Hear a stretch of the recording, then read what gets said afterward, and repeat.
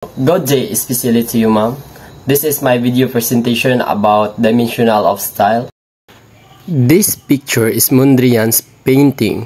It shows style as a choice because the artist decided to use only simple shapes and three main colors to make balance. This picture is Picasso's work.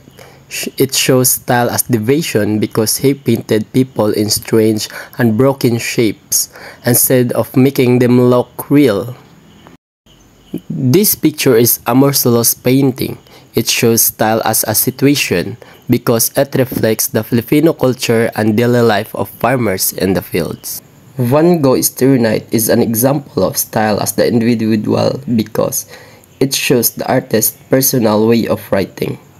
This proves that style can also be an artist's signature, expressing their own personality and vision of the world. While Warhol's art shows style as temporal because it belongs to the 1960s, a time when people were focused on fame, bright colors, and popular culture.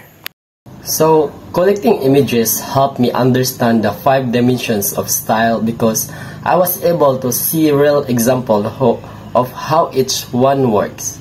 It was easier to learn when I matched the ideas with picture and artworks. From my examples, I saw that context, individuality, and time really influence style.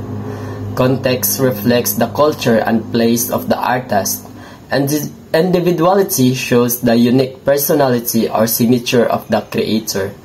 And time shows how styles can change depending on the generation or era. This task also changed how I observe style in daily life and media. Now, I notice that designs, poster, clothes, and even advertisement have their own style choices that send a message or show identity. One challenge I faced was finding images that clearly fit the 5 dimensions.